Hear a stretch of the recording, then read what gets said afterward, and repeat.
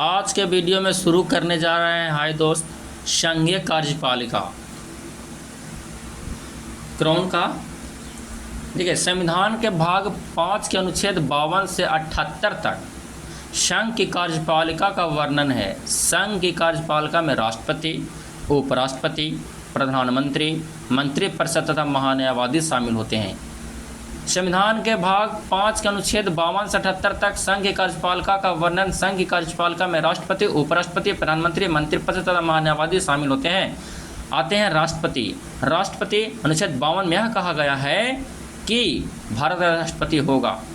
कितने अनुच्छेद के तहत राष्ट्रपति होगा? अनुच्छेद 52। बोलिए साथ साथ। अनुच्छेद 53 में यह घोषणा की गई है कि संघ की कार्यपालिका शक्ति राष्ट्रपति में निहित होगी।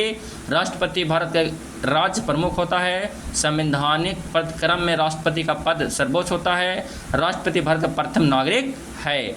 अब राष्ट्रपति निर्वाचन के बारे में आते हैं। भारत के राष्ट्रपति का चुनाव राष्ट्रपति तथा उपराष्ट्रपति निर्वाचन अधिनियम 1952 के अंतर्गत संविधान के अनुच्छेद 55 के 3 के अनुसार अप्रत्यक्ष रूप से अनुपातिक प्रतिनिधित्व प्रणाली के एकल संक्रमणीय मतपत्ति से गुप्त मतदान द्वारा होता है। अब आ जाते हैं अनुच्छेद 54 के अनुसार राष्ट्रपति निर्वाचन एक निर्वाचन मंडल द्वारा होता है, जिसमें निम्न शामिल होते हैं। पहला का संसद के दोनों सदनों के निर्वाचित सदस्य रहेंगे। ख में राज्य की विधानसभाओं के निर्वाचित सदस्य रहेंगे। और ग में 17वें संविधान संशोधन अधिनियम 1992 द्वारा केंद्र शासित प्रदेश दिल्ली एवं पुडुचेरी के निर्वाचित सदस्यों को भी शामिल किया गया है।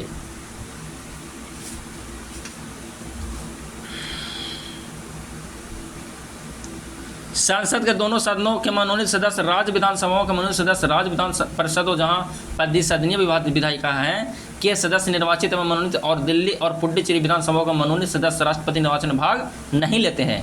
निर्वाचन की रीति कैसे होती है? अनुच्छेद 55 के अनुसार निर्वाचन के नीति 55 राष्ट्रपति निर्वाचन के अलग अलग राज्यों का प्रतिनिधित्व समान रूप से होता है। साथ ही राज्य तथा संघ के बीच भी समानता होती है। इसके लिए राज्य विधानसभाओं और संसद के प्रत्येक सदस्यों के मत संख्या निम्न प्रकार से निर्धारित की जाती है। जैसे बताते हैं, यहाँ दो फार्मूला टाइप दिया है।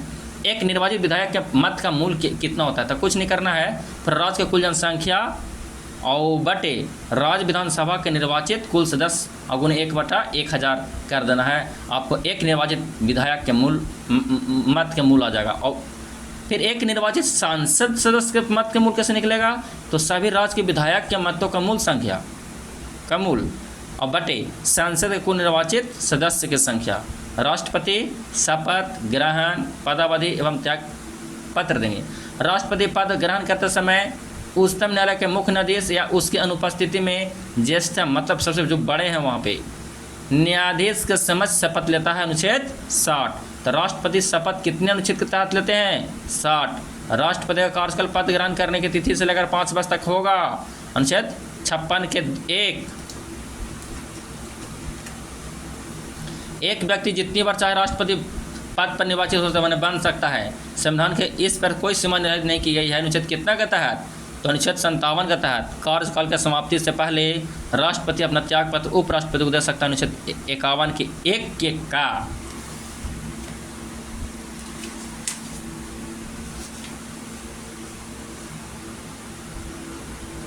संविधान का अतिक्रमण पर राष्ट्रपति का महाभियोग द्वारा हटाया जा सकता है। अनुच्छेद 61। अब राष्ट्रपति का पद हेतु अर्हताएँ क्या क्या है? अनुच्छेद 58 बोलता है कोई व्यक्ति राष्ट्रपति निर्वाचन होने का पात्र तभी होगा जब वह भारत नागरिक है। 35 वर्ष की आयु होना चाहिए तभी राष्ट्रपति बन सकता है। लोकसभा का सदस्य निर्वाचित होने के लिए अहिर्त है। भारत सरकार या राज्य सरकार के अधीन या निमंत्रण में किसी स्थानीय संस्था में लाभ का पद धारण न करता हो। कोई व्यक्ति केवल इस कारण लाभ का पद धारण करने वाला नहीं समझा जाएगा कि वह संघ के राष्ट्रपति या उपराष्ट्रपति या किसी राज्य का राज्यपाल है अथवा संघ का या किसी राज्य का मंत्री है। अगला आता है राष्ट्रपति के पद के लिए शर्तें क्या क्या? अनुच्छेद 58। अर्हता बोलेगा तो 58, शर्त बोलेगा तो 59 आ जाइएगा। राष्ट्रपति के पद के लिए निम्नलिखित शर्त हैं। वह संसद के किसी भी सदन या राज्य विधायिका का सदस्य नहीं होना चाहिए। यदि कोई ऐसा व्यक्ति निर्वाचित होता है तो उसे पद ग्रहण करने से पहले उसे सदन से त्याग पद दे देना होगा। दूसरा बोलता है राष्ट्रपति अन्य कोई लाभ का पद धारण नहीं करेगा। तीसरा बोलता है उसे बिना किराए दिए शासकीय निवास आवंटित होगा। चौथा बोलता है उसकी उपलब्धियां और भत्ते उसकी पदावधि के दौरान कम नहीं किए जाएंगे। देखिए यहाँ पर भारत राष्ट्रपतियों का निर्वाचन है। राजेंद्र प्रसाद कब से कब तक रहे थे, आप लोग दिखाएंगे, काम करेंगे।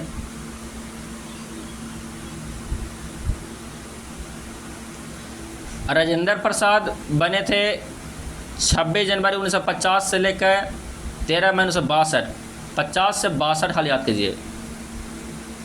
दूसरा सर्वपल्ली राधाकृष्णन 62 से 67, जाकिर हुसैन 67 से 69, बीबी गिरी 69 से 3 मई 1969 से लेकर 20 मई 1969। बीबी गिरी कार्यवाहक, यहाँ से पूछता है क्वेश्चन कि कौन कार्यवाहक राष्ट्रपति हुए चौथे, तो बीबी गिरी। न्यायमूर्ति मोहम्मद हिदायतुल्लाह का ये भी कार्यवाहक थे, 20 जुलाई 1969 से लेकर 24 अगस्त 1969 तक चले। बीबी गिरी फिर आए 24 अगस्त 1969 से लेकर 1974 तक, 24 अगस्त 1974 तक चले। फिर फखरुद्दीन अली अहमद 74 से 77, बीडी जती 77 से देखिए 11 फरवरी 1977 से लेकर 25 जुलाई 1977 तक चले। नीलम संजीवा रेड्डी 25 जुलाई 1977 से 25 जुलाई 1982 तक निर्विरोध। पूछेगा क्वेश्चन यहाँ से कि नीलम कौन से राष्ट्रपति हैं जो निर्विरोध थे, तो नीलम संजीवा रेड्डी जिसका कार्यकाल 25 जुलाई 1977 से लेकर 82 तक। ज्ञानी जलसी 25 जुलाई 1982 से 1987, वेंकट रमन 87 से 92, शंकर शर्मा 92 से 97, नारायण 97 से 2, APJ अब्दुल कलाम 2 से 7, प्रतिभा देवी 7 से 12, प्रणब मुखर्जी 12 से 17, रामनाथ कोविंद 17 से 22, द्रौपदी मुर्मू 22 से अब है। मुख्य प्रतिद्वंदी द्रौपदी मुर्मू के यशवंत सिन्हा थे। निर्वाचन विवाद अनुच्छेद 71 में आते हैं। कहेगा जैसे निर्वाचन का विवाद हो जाएगा तो अनुच्छेद 71 के तहत ये हो सकती है। राष्ट्रपति के निर्वाचन से उत्पन्न शंकाओं, और जैसे निर्वाचन हुआ ओकरा में उत्पन्न शंका कुछ है और या विवाद की जांच करना तो उच्चतम न्यायालय द्वारा की जाएगी, उसका निर्णय अंतिम होगा। जे बोल दिया उच्चतम न्यायालय उसको मानना अनिवार्य होगा, तो बोलेगा निर्वाचन विवाद कितना के तहत, अनुच्छेद के तहत, तो 71 के तहत है। राष्ट्रपति पर महाभियोग हम कितना के तहत लगा सकते हैं, अनुच्छेद 61 के तहत लगा सकते हैं। तो ये बोला है कि अनुच्छेद 61 के अनुसार संविधान के अतिक्रमण के आधार पर राष्ट्रपति को महाभियोग की प्रक्रिया द्वारा उसे अपने पद से हटाया जा सकता है। महाभियोग की आरोप सांसद का कोई भी सदन लगा सकता है। इसके लिए संकल्प प्रस्तुत करना होगा जिस पर संसद के सदन के कुल सदस्यों संख्या के कम से कम 1/4 सदस्यों ने हस्ताक्षर किए हों और राष्ट्रपति को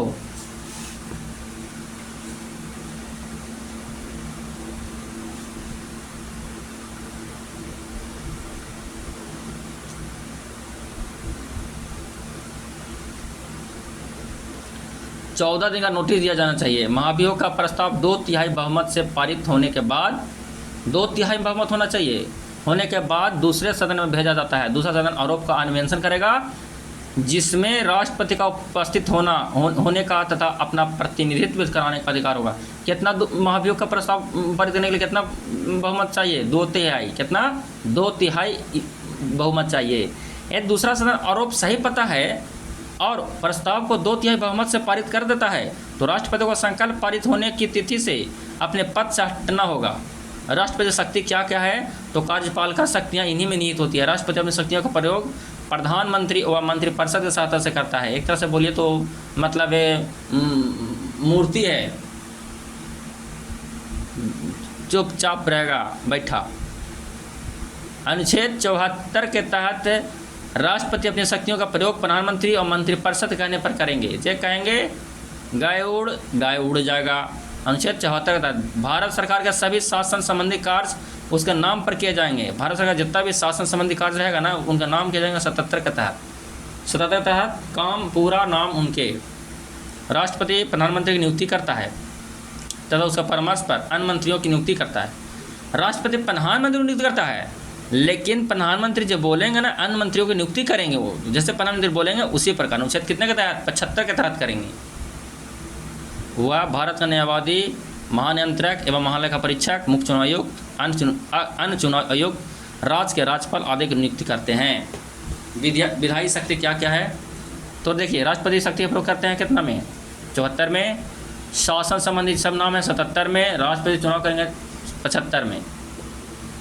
विधायी शक्ति अनुच्छेद 79 के अनुसार राष्ट्रपति संसद के एक अभिन्न अंग है। राष्ट्रपति संसद का अभिन्न अंग है कितना के तहत 79, जिससे उसे विधायी शक्तियां प्राप्त है। पहला है राष्ट्रपति दोनों सदनों की बैठक बुलाता है, संबोधित करता है, सत्रावसान एवं लोकसभा का विघटन करता है। विघटन क्या कहता है 85 मैंने 50 देगा, तो अनुच्छेद 85 के तहत तोड़ देंगे। वह संसद का संयुक्त अधिवेशन भी बुला सकता है, जिसकी अध्यक्षता लोकसभा अध्यक्ष करता है। तो लोकसभा अध्यक्ष कितना के तहत 108 के तहत करता है। राष्ट्रपति प्रत्येक नए चुनाव के बाद तथा प्रत्येक वर्ष संसद के प्रथम अधिवेशन को संबोधित करता है। अनुच्छेद 87 वह साहित्य, विज्ञान, कला, समाज सेवा 121 से जुड़े 12 व्यक्तियों को राज्यसभा के लिए अनुच्छेद 80 एवं एंग्लो इंडियन समुदाय अनुच्छेद 12 व्यक्ति कितना के तहत 80 के तहत ला सकते हैं। एंग्लो इंडियन से 2 व्यक्ति का लोकसभा के लिए अनुच्छेद 331 80 के तहत 12 गो और 331 तहत 2 गो। वह चुनाव आयोग से परामर्श कर संसद सदस्यों के निहरता के प्रश्न पर निर्णय करता। अनुच्छेद 103 संसद द्वारा पारित अधिनियम राष्ट्रपति की अनुमति के बिना लागू नहीं होते। कुछ विधेयक राष्ट्रपति की अनुमति के बिना प्रस्तुत नहीं किए जा सकते, जैसे नए राज्य के निर्माण के लिए एवं संबंधित विधेयक 3 नया राज्य लाना था। अनुच्छेद 3 धन विधेयक 117 भारत संचित निधि से खर्च संबंधी विधेयक संचित निधि 117 के 3 धन विधेयक 100 इतने पड़े। संसद में वार्षिक वित्तीय विवरण, नियंत्रक, महालेखा परीक्षक की रिपोर्ट, वित्त आयोग का रिपोर्ट आदि राष्ट्रपति के नाम से प्रस्तुत की जाती है। राष्ट्रपति का वीटो शक्ति क्या है? तो संसद द्वारा पारित विधेयक राष्ट्रपति के सहमति के बाद ही अधिनियम बनता है। अनुच्छेद 111 के अंदर राष्ट्रपति पहला विधेयक को अपनी स्वीकृति दे सकता है, विधेयक को अपनी स्वीकृति दे सकता है। दूसरा अपनी स्वीकृति को सुरक्षित रख सकता है। तीसरा विधेयक यदि वह धन विधेयक नहीं है, विधेयक को संसद के पुनः विचार के लिए लौटा सकता है, परंतु यदि संसद इस विधेयक को पुनः संशोधन के लिए के साथ या उसके बिना राष्ट्रपति के सामने प्रस्तुत करे तो उसे अपनी मंजूरी देनी पड़ेगी। भारत के राष्ट्रपति के पास 3 तरह के वीटो शक्ति है। आत्यांतिक वीटो, आत्यांतिक वीटो क्या बोलता है? राष्ट्रपति किसी विधेयक को अपनी अनुमति नहीं देता, किसी विधेयक को अपनी अनुमति नहीं देता, अर्थात विधेयक को अपने पास सुरक्षित रखता है, जिससे वह विधेयक समाप्त हो जाता है। निलंबनकारी वीटो, राष्ट्रपति किसी विधेयक को संसद के पास पुनः विचार के लिए लौटाता है। तीसरा है पॉकेट वीटो। तब वीटो 3, पहला आत्यांतिक वीटो, निलंबनकारी वीटो और पॉकेट वीटो। पॉकेट वीटो क्या करता है? राष्ट्रपति विधेयक पर न तो कोई सहमति देता है, न अस्वीकृति करता है और न ही लौटाता है, अर्थात अनिश्चित काल के लिए अपने पास सुरक्षित रख लेता है। वित्तीय शक्ति क्या है? धन विधेयक राष्ट्रपति के पहले सहमति से ही संसद में प्रस्तुत किया जा सकता है। धन विधेयक राष्ट्रपति के पूर्व सहमति से ही संसद में प्रस्तुत किया जा सकता है। अनुच्छेद 117 संसद में वार्षिक वित्तीय विवरण यानी बजट राष्ट्रपति को संबोधित करके प्रस्तुत किया जा सकता है। अनुच्छेद 12 बजट बोलेगा था 112, धन विधेयक बोलेगा था 117। राष्ट्रपति की सिफारिश के बिना अनुदान मांग सदन में नहीं रखी जा सकती। अनुच्छेद 115 वह केंद्र एवं राज्य के बीच राजस्व के बंटवारा के लिए प्रत्येक 5 वर्ष में वित्त आयोग का गठन करते हैं। 280 वित्त आयोग 280। न्यायिक शक्तियाँ क्या थी? क्या न्यायिक शक्तियाँ के बारे में पढ़ लेते हैं। पहला, वह उच्च न्यायालय के मुख्य न्यायाधीश तथा उच्चतम एवं उच्च न्यायालय के अन्य न्यायाधीश की नियुक्ति करता है। दूसरा, राष्ट्रपति उच्चतम न्यायालय के किसी विधि पर सलाह ले सकता है, परंतु उच्चतम न्यायालय की यह सलाह राष्ट्रपति पर बाध्यकारी नहीं है। अनुच्छेद 143 अनुच्छेद 72 के अनुसार राष्ट्रपति किसी अपराध के लिए दोष सिद्ध ठहराए गए किसी व्यक्ति को क्षमा, प्रविलंबन, विराम या परिहार कर सकता है या दंड में क्षमा दान, प्राण दंड का स्थगन, राहत और माफी प्रदान कर सकता है। क्या में क्या है? उन सही मामलों में जिनमें दंड सेना न्यायालय ने दिया है। खा उन सही मामलों में जिनमें केंद्रीय कानून के विरुद्ध अपराध के लिए सज़ा दी गई हो। उन सही मामलों में जिनमें सज़ा मृत्यु दंड है। देखिए क्षमा बताते हैं, इसमें दोषी को दिया गया दंड पूरी तरह समाप्त हो जाता है। अर्थात वह सभी आरोपों से मुक्त हो जाता है, यानी भगवान है। लघुकरण, इसमें दंड के स्वरूप को बदलकर उसे कम कर दिया जाता है। लघुकरण मतलब छोटा कर देना। उदाहरणतः मृत्युदंड को लघुकरण करके उसे आजीवन कारावास में परिवर्तित करना।